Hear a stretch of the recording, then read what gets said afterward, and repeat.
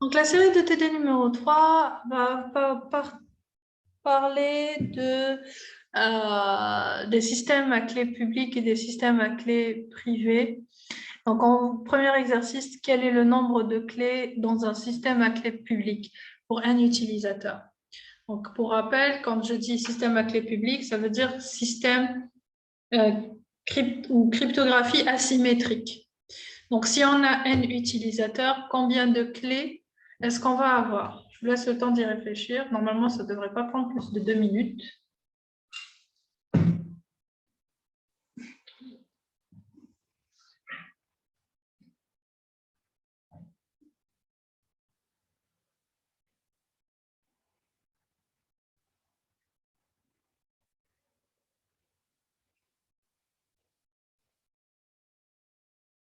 Alors, qui veut répondre?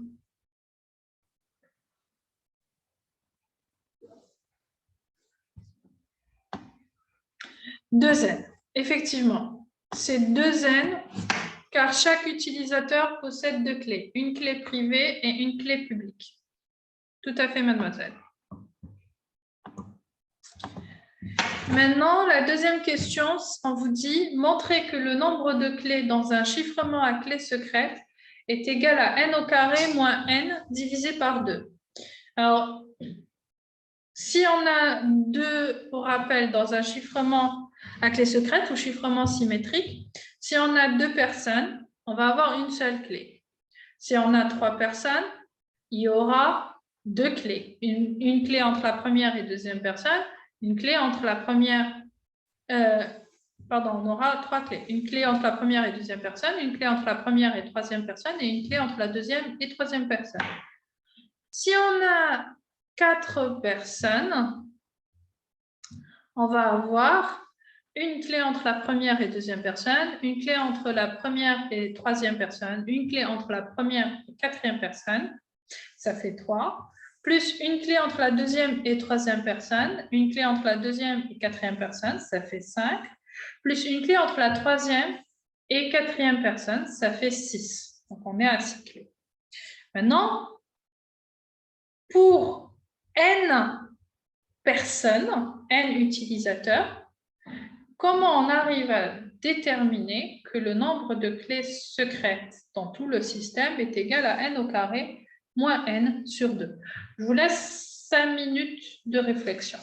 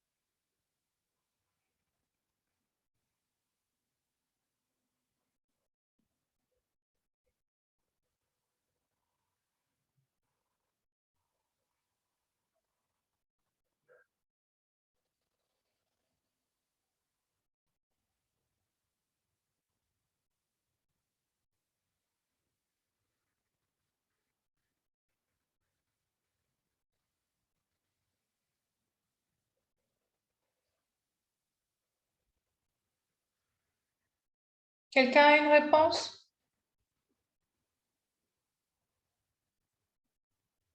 Vous avez encore 2 minutes.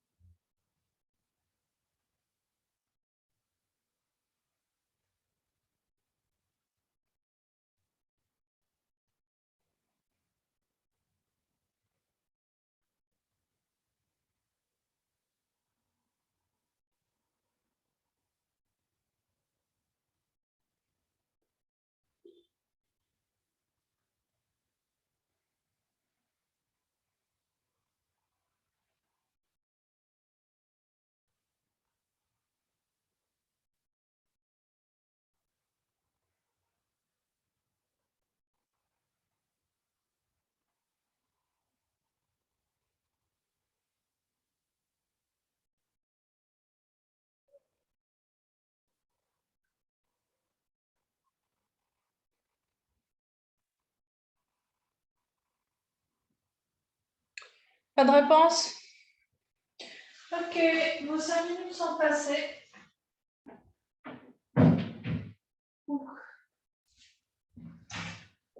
Alors, on va partager le plan.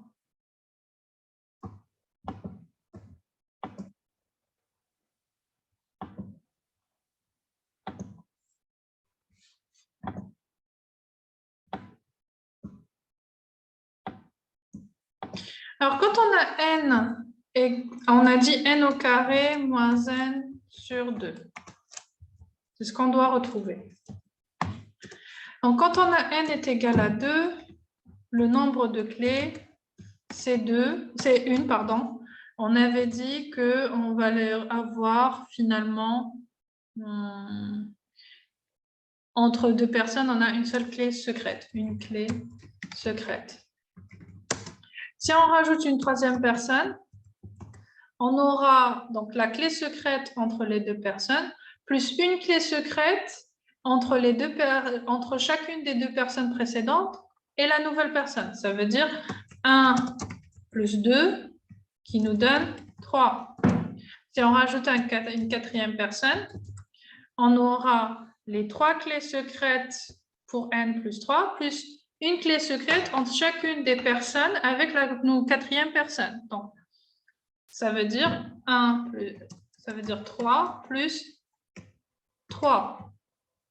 Ça nous donne 6. Et vous allez vous rendre compte que quand on a finalement n, on va avoir 1 plus 2 plus 3 plus n moins 1. C'est ça le nombre de clés secrètes qu'il y a dans le système. Maintenant, 1 plus 2 plus 3 plus jusqu'à n moins 1, comment on est passé de là à n au carré moins n sur 2? On va dire que ça, c'est S, la somme. Donc, la somme va être égale à 1 plus 2 plus 3 plus n moins 1. Mais on peut aussi écrire S comme étant n moins 1 plus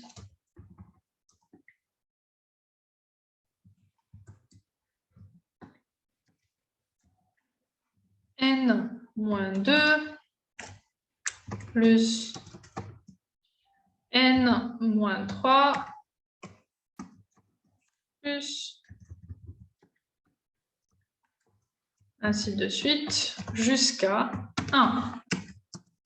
Si je fais la somme entre ça plus ça, qu'est-ce que j'aurai? J'ai 2s. Donc 2s, ce sera n-1 plus 1, c'est n. n-2 plus 2, c'est n. n-3 plus 3, ça nous donne n. Et ainsi de suite, jusqu'à n-1, 1 plus n-1, ça donne n. Donc, on a combien de n ici? On va avoir de 1 à n-1, donc on a n-1, n. Donc, c'est égal à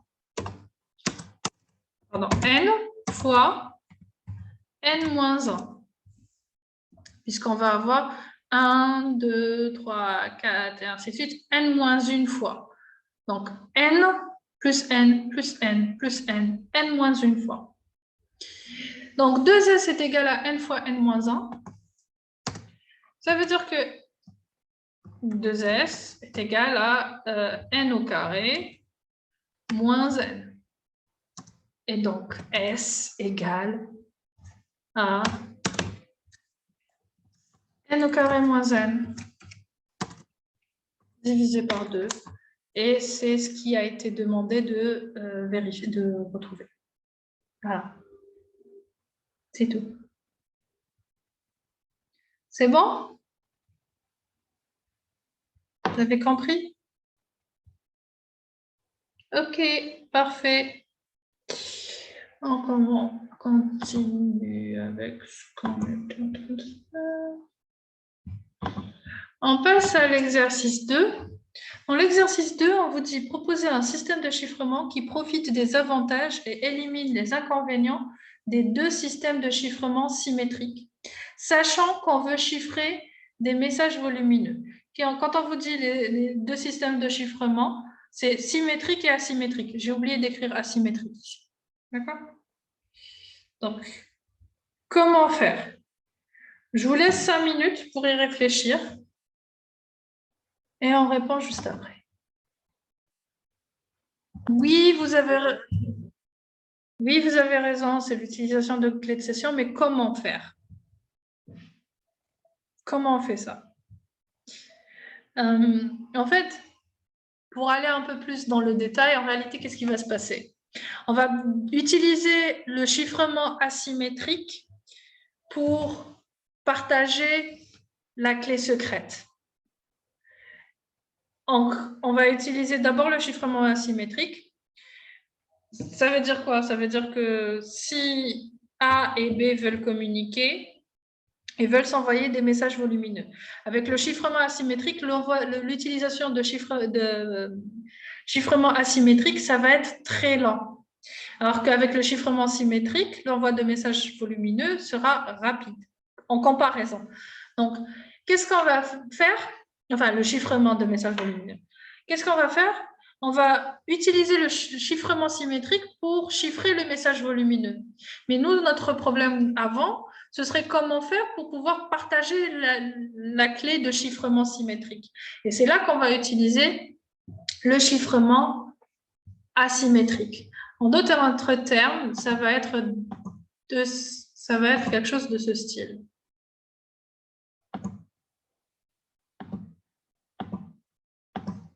Si on a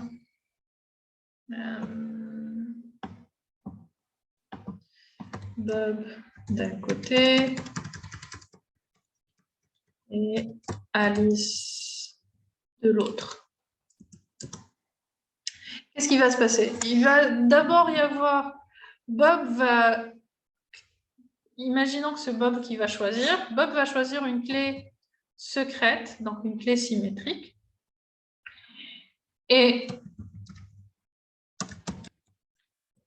ensuite, il va utiliser la clé publique d'Alice, KPBA. Alors, clé publique Alice, pour chiffrer. Donc, il va appliquer la fonction de chiffrement avec cette clé publique sur la clé secrète. Il va il va avoir en résultat un Y. Il envoie Y à Alice. Donc, on retrouve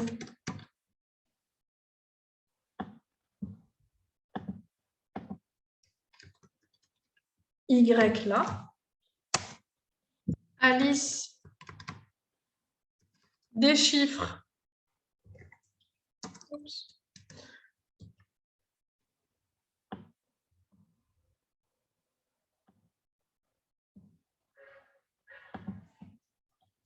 Déchiffre Y avec sa clé privée.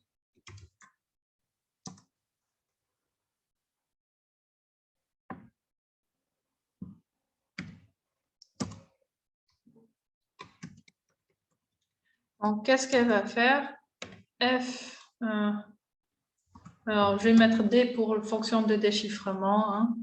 Donc, clé privée d'Alice de Y pour avoir au final KS. Ensuite, ils vont pouvoir envoyer le message, chiffrer le message, donc chiffrer avec la clé secrète le message Y1 et Alice pourra déchiffrer avec la même clé secrète le message chiffré pour avoir le message volumineux. Voilà ce qui va se passer. Comment ça va se passer? C'est bon?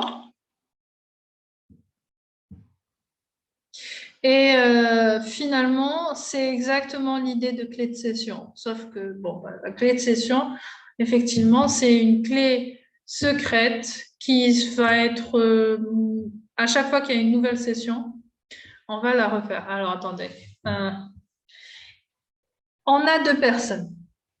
Notre problème qui se pose, ces deux personnes veulent envoyer un message volumineux entre eux. Ce message volumineux, pour qu'il soit chiffré rapidement, les mécanismes de chiffrement symétriques sont ceux qui vont être rapides. Les algorithmes de chiffrement asymétriques sont lents, très. Donc, qu'est-ce qu'on va dire? On va se dire, je vais chiffrer avec le chiffrement, je vais chiffrer le message avec un chiffrement un chiffrement symétrique. Mais le problème qui se pose, c'est la clé secrète qui va permettre de chiffrer le message et de déchiffrer le message.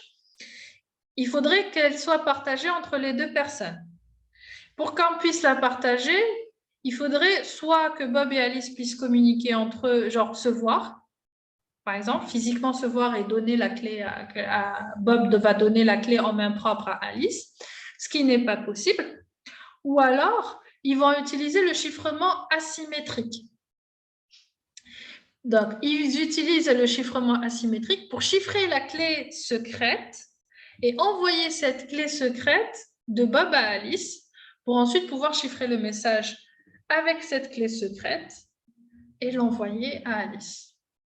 Donc, Bob va d'abord choisir une clé secrète, puis il va utiliser la clé publique d'Alice. Il va chiffrer avec cette clé publique la clé secrète. Il va envoyer le résultat de ce chiffrement à Alice. Alice possède sa propre clé privée. Elle va déchiffrer la clé secrète avec sa clé privée. Ensuite, Bob va pouvoir chiffrer le message volumineux avec un algorithme de chiffrement symétrique utilisant la clé secrète qui a été partagée précédemment avec l'algorithme de chiffrement asymétrique. Et Alice va pouvoir déchiffrer le message grâce à la clé secrète qu'elle a récupérée avant. Voilà. Voilà comment ça se passe. C'est bon? Je vous en prie. OK. On continue. Donc, on a fini avec la série d'exercices numéro 3. On passe à la série d'exercices numéro 4. Donc, la série d'exercices numéro 4, ça va d'abord expliquer l'algorithme d'Euclide étendu permettant de faire le calcul des inverses.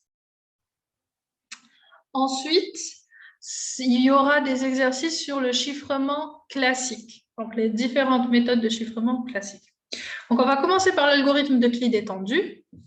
L'algorithme d'Euclide étendu est un algorithme qui permet de déterminer le...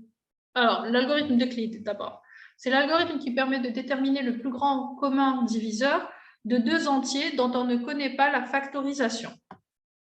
Donc, si on connaît la factorisation, on n'a pas besoin c'est facile de retrouver le PGCD. Si on ne connaît pas la factorisation, on va pouvoir utiliser l'algorithme d'Euclide. Donc, pour cela, on considère que le PGCD de A et 0 est égal à A et que pour B différent de 0, le PGCD de A et B est égal au PGCD de B à mod B. Et on va continuer jusqu'à arriver à 0. Ça, c'est l'algorithme d'Euclide. Maintenant, il y a eu un théorème qui a été ajouté, qui est le théorème de Bachet-Bézout, qui assure l'existence de deux entiers U et V, tels que, étant donné deux entiers relatifs A et B, tous deux non nuls, et D leur PGCD. Donc, le PGCD de AB est égal à D. Il existe deux entiers relatifs. Relatifs, ça veut dire appartenant à Z, U et V, tels que U fois A plus V fois B est égal à D. Et on doit ensuite découvrir U et V. Donc, les deux entiers relatifs A et B sont premiers entre eux si et seulement s'il existe deux entiers relatifs U et V, tels que UA plus VB est égal à 1. Donc, si le PGCD entre A et B est égal à 1, alors UA plus VB est égal à 1. Maintenant, l'inverse de A mod B, dans ce cas-là, dans le cas où UA plus VB est égal à 1, l'inverse de A mod B est égal à U, parce que U fois A va être égal à 1 mod B. Et l'inverse de B mod A est égal à V, puisque VB va être égal à 1 mod A. Donc ça, c'est les théorèmes qu'on va utiliser. Maintenant, comment on va faire le calcul de manière plus pratique? On va dire, si je veux calculer le PGCD de 120 et 23, je vais dire que 120 c'est A et 23 c'est B. Qu'est-ce que je vais faire? Je vais d'abord calculer le reste de la division de 120 par 23, c'est égal à 5. Et 5, donc le reste de la division, c'est égal à 120 moins le quotient de la division, donc 120 divisé par 23, c'est 5, donc 5 fois 23. Ensuite, à la ligne suivante, je vais avoir quel est le reste de la division de 23 par 5. En fait, ici, dans la ligne précédente, ça veut dire que 5 est égal à A moins 5 fois B. Donc, le reste de la division de 23 par 5, c'est 3. Et 23 divisé par 5, c'est 4. Donc, 3 est égal à 23 moins 4 fois 5. Et donc, on va remplacer par A et B pour avoir des choses plus lisibles. Ça nous donne B moins 4 fois A moins 5B. On remplace le 5 par la valeur qu'on a retrouvée ici. Donc, 5, là, c'est A moins 5B. Et ça va nous donner moins 4 fois A plus 21B. Ensuite, on va encore calculer le reste de la division de 5 par 3. Ça nous donne 2. Et 5 divisé par 3, c'est égal à 1. Donc, 2 est égal à 5 moins 1 fois 3. On remplace 5 et 3 par les valeurs en relation avec A et B. Donc, c'est A moins 5B moins moins 4A plus 21B. Ça nous donne A moins 4A, ça fait plus 5A, et moins 5B moins plus 21B, ça nous donne moins 26B. On continue. Le reste de la division de 3 par 2, c'est 1. Et 3 divisé par 2, c'est 1. Donc 1 est égal à 3 moins 2. Et on remplace 3 par la valeur qu'on a trouvée ici. Et on remplace 2 par la valeur qu'on a trouvée ici. Et on fait le calcul. Ça nous donne moins 9A plus 47B. Ça veut dire quoi? Ça veut dire qu'on a trouvé un U et V tel que U fois A plus V fois B est égal à 1. Donc, l'inverse de... En fait, le PGCD de 120-23, c'est égal à 1. Et l'inverse de 120 modulo 23, c'est moins 9, qui va être égal à 14. Et l'inverse de 23 modulo 120, c'est plus 47. Vous regardez bien, on va prendre le signe. Ici, c'est plus 47. Et pour l'inverse de 120, c'est moins 9. Souvent, les étudiants en examen, l'une des erreurs que j'ai l'habitude de voir en examen ou en interro, c'est toujours, vous trouvez un signe négatif ici, donc moins 9 fois A, et vous dites 9. Enfin, quand je dis vous, je ne parle pas de vous en particulier, mais c'est une erreur que j'ai retrouvée chez les étudiants à plusieurs reprises depuis des années. Je vais trouver, donc au lieu de trouver moins 9, ils vont mettre 9. Et c'est faux. D'accord? Le signe fait partie de l'inverse. Est-ce que vous avez des questions?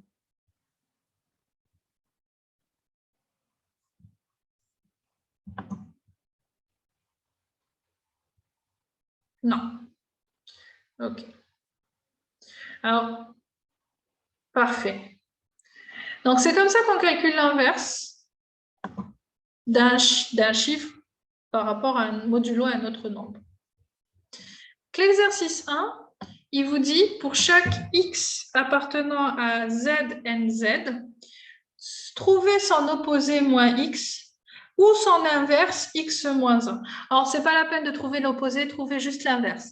Alors, pour la première partie, on va faire d'abord donner la table de multiplication de z, z, z. Ensuite, en déduire les inverses de chaque élément de z, z, z. Ensuite, la question suivante, c'est pourquoi tous les éléments de z, z, z moins l'élément 0 ont un inverse. Donner la table de multiplication de Z8Z. Quels sont les éléments inversibles de Z8Z et d'où vient la différence avec Z7Z. Donc, la première chose à faire, c'est la table de multiplication Z7Z. Je vous laisse 5 minutes pour le faire. Donc, entre-temps, j'arrête